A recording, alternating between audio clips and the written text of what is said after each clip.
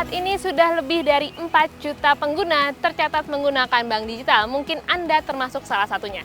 CNBC Indonesia Explains minggu ini akan membahas soal serba-serbi perbankan, dimulai dari fenomena perbankan kekinian, yakni bank digital.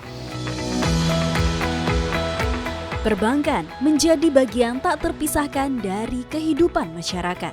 Industri perbankan seringkali dianggap sebagai jantung dan motor penggerak perekonomian sebuah negara. Dalam buku Economic Development karya Richard T. Gill, ada 4 peranan besar perbankan dalam perekonomian. Pertama, fungsi transmisi, yakni mengatur jumlah dan lalu lintas peredaran uang. Kedua, fungsi intermediari, yakni tempat menghimpun dan menyalurkan dana. Ketiga, fungsi transformasi dan distribusi risiko di antara kegiatan ekonomi dan investor. Keempat, fungsi penstabil perekonomian, yakni ikut mengambil peran dalam menciptakan stabilitas dan menjaga keseimbangan kondisi perekonomian makro. Perbankan sangat penting apalagi di negara berkembang karena hampir 80% kontribusi dari sektor keuangan itu ada di sektor perbankan ya.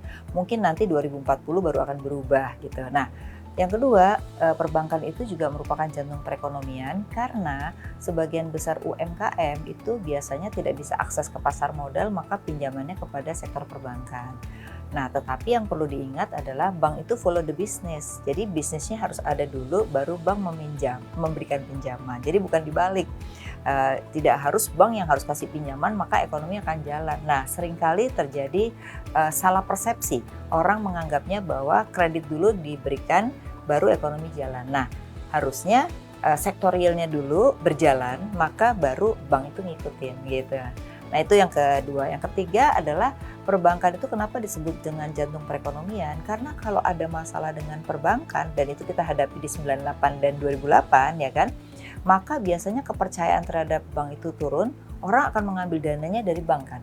Sehingga transaksi ekonomi itu akan terganggu, di mana orang menjual dan membeli barang dan jasa itu kan melalui perbankan. Tidak semuanya orang pegang cash, apalagi sekarang sudah cashless, kecenderungannya menggunakan bank. Nah, itulah kenapa pentingnya peran perbankan.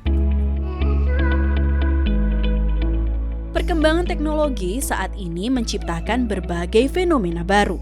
Dalam dunia perbankan misalnya, saat ini bukan hanya perbankan konvensional yang menciptakan berbagai produk digital perbankan. Namun ada bentuk perbankan lain yang juga berkembang, yakni bank digital. Menurut Peraturan OJK nomor 12/P.OJK03/2021, bank digital adalah bank berbadan hukum Indonesia yang menyediakan dan menjalankan kegiatan usaha, terutama melalui saluran elektronik tanpa kantor fisik selain kantor pusat atau menggunakan kantor fisik terbatas. Bank bisa merupakan bank baru maupun bank lama yang bertransformasi menjadi bank digital. Bank digital juga dapat didefinisikan sebagai suatu organisasi bisnis yang menawarkan aktivitas perbankan secara online yang sebelumnya hanya dapat dilakukan melalui kantor cabang bank saja. Sejak akhir tahun lalu, berbagai nama bank digital telah mulai bermunculan. Berdasarkan tim riset CNBC Indonesia, saat ini lebih dari 10 nama bank digital telah ada di tengah masyarakat. Beberapa nama bank digital bahkan diperkenalkan oleh jaringan bank konvensional. Tahun 2016 itu sudah mulai namanya bukan bank digital, tapi produk digital, di mana bank-bank konvensional sudah mengembangkan produk digital ya. Jadi ada beberapa bank pada tahun 2016 itu sudah menggunakan membuka rekening dengan digital, tidak perlu datang ke kantor, itu sudah ada sejak 2016. Tapi kemudian di 2020 karena ada pandemi itu mempercepat proses bank digital ya. Bahkan POJK-nya itu baru keluar di tahun 2021, di mana POJK 12 itu yang membolehkan keluarnya bank digital hanya boleh minimal 1 kantor cabang. Nah, kalau dulu 2016 itu kantornya masih banyak cabangnya, tapi produknya saja yang sudah mulai digital. Jadi sebenarnya kalau jujur 2016 tuh sudah mulai ada perkembangan, cuma namanya waktu itu bank digital tuh hanya produknya. Kalau sekarang sejak POJK 12 itu sudah dibolehkan benar-benar bank itu hanya 1 cabang saja, maka semuanya sudah menggunakan digital. Tentu namanya bank harus punya feature perbankan. mulai dari saving atau tabungan, deposit, pay later, artinya beli sekarang, bayar kemudian. Ada instant cash, artinya ada pinjaman, ada pembayaran melalui QRIS, ada top up, dan bisa melakukan cash out, artinya mengambil uang cash walaupun namanya bank digital.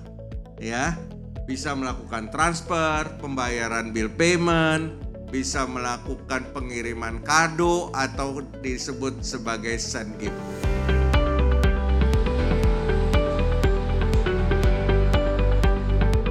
Branchless, officeless, dan physicalless menjadi ciri utama bank digital. 3 indikator ini membuat bank digital beroperasi lebih efisien karena dapat mengurangi biaya tambahan untuk pembukaan kantor cabang bank baru dan karyawannya.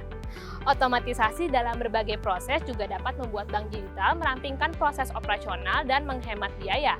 Seluruh penghematan ini membuat bank digital dapat menawarkan bunga yang lebih tinggi untuk simpanan dan menawarkan bunga yang lebih rendah untuk pinjaman. Sebuah promosi yang bagus untuk menggait nasabah. Memanfaatkan kecerdasan buatan atau artificial intelligence akan memberikan kemudahan bagi bank digital untuk menganalisis data pelanggan dengan cepat, sehingga dapat mendesain produk atau layanan yang sesuai dengan karakteristik nasabahnya. Keunggulan ini membuat bank digital menjadi lebih responsif serta terhindar oleh birokrasi pengambilan keputusan dengan cara yang lama.